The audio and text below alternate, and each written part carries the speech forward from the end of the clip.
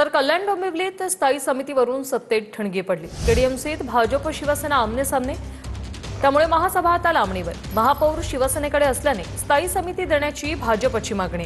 स्थायी समिती शिवसेनेकडेच राहिली पाहिजे, जिल्हा प्रमुखांनी ही मागणी केली आहे। चालू आहे।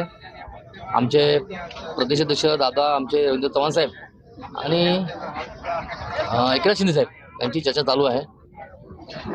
आमचं पक्षाचं असं मत आहे की महापौर शिवसेनेकडे आहे तर स्टँडिंग कमिटी आमच्याकडे असावी अशी आम्ही मागणी केलेली आहे।